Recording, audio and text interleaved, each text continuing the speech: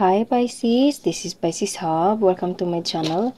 So for today's video, gagawa tayo ng weekly reading for Pisces from October 9 to October 15, 2023. Okay, gamitin natin itong tarot cards and alamin natin kung ano yung magiging gabay, advice, mensahe ng tarot cards for Pisces sa susunod na linggo. Okay?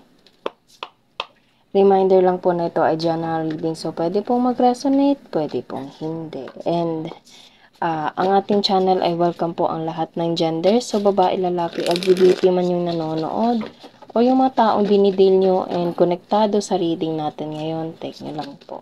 Okay? So, shuffle muna natin itong cards and kuha tayo ng mga apat. And alamin natin kung ano yung magiging advice, mensahe ng tarot cards for Pisces sa araw na ito. Ang bilis na may nag-flip agad. Oh, wow! Queen of Pentacles, Queen of Money. Wow, so there's a big possibility of money, career, or something na mahalaga para sa Pisces for this week. Okay. From 9 to 15, 2023 October. Oh, Knight of Cups and Two of Wands. Wow. So, there's a possibility of planning to travel abroad, Pisces, kasi meron tayo ditong Two of Wands and kuha pa tayo ng isa. Okay, before natin basahin to lahat.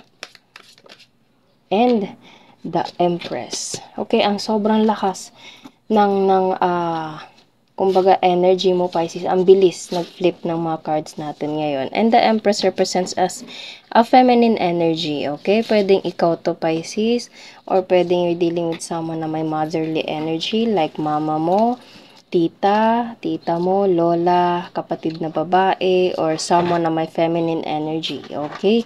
Pero kung hindi naman, it's okay, as long as mag-resonate po sa inyo, kahit babae, lalaki, LGBT man, okay? So, ang unang lumabas is Queen of Pentacles. This reading right now is sobrang lakas yung feminine energy niya. Okay, so it's either ikaw to Pisces, or you're dealing with someone na may feminine energy na konektado sa'yo. Okay, so Queen of Pentacles, as I said kanina, there's a big possibility of something na merong pinapahalagahan mo, Pisces. Pwedeng ito ay pera, kasi meron tayo dito malaking coin, okay? And sobrang laki ng tulong ito para sa iyo, especially kung financial, Pisces, okay? Kasi Queen of Pentacles mismo yung lumabas, okay?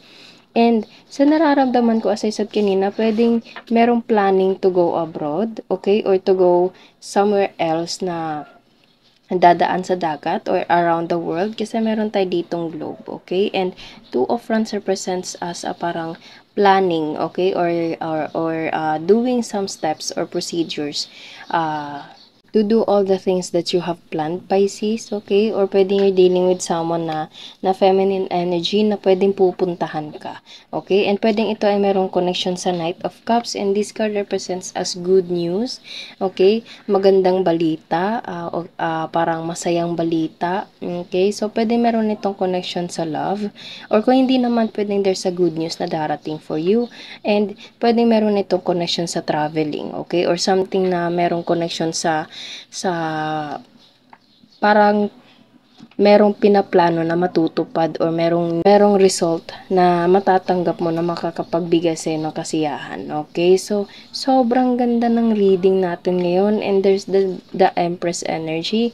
The Empress represents as something na parang feminine energy na sobrang ganda, sobrang, alam mo yun, class, okay? Bigla akong naisip yung word class, luxurious, happiness in life, okay? Lahat ng mga iniisip mo, lahat ng abundance, lahat ng inaasam-asam mo sa buhay, Pisces, ito siya. Ito yung katayuan niya, okay? So, the Empress represents as someone na sobrang, alam mo yun, para siyang reyna.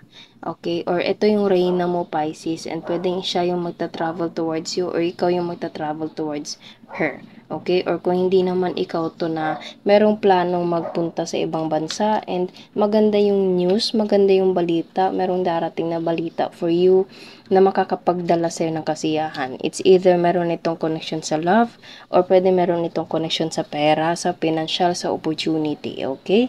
So, sobrang ganda. Congratulations, Pisces. And punong-puno ng kasiyahan, punong-puno ng hope, punong-puno ng parang positivity. Yung reading natin ngayon, walang halong negative, wala kahit katiting. Okay? Sobrang ganda ng reading natin ngayon for this week from October 9 to October 15, 2023. Okay? So, yun lang po Pisces ang reading for this week. Naway nagustuhan niyo po. Huwag niyo po sanang kalimutan na mag-like at mag-subscribe po sa ating channel. And click the notification bell, Pisces, for you to receive the notification sa mga susunod nating uploads. Okay? Thank you, Pisces, and God bless!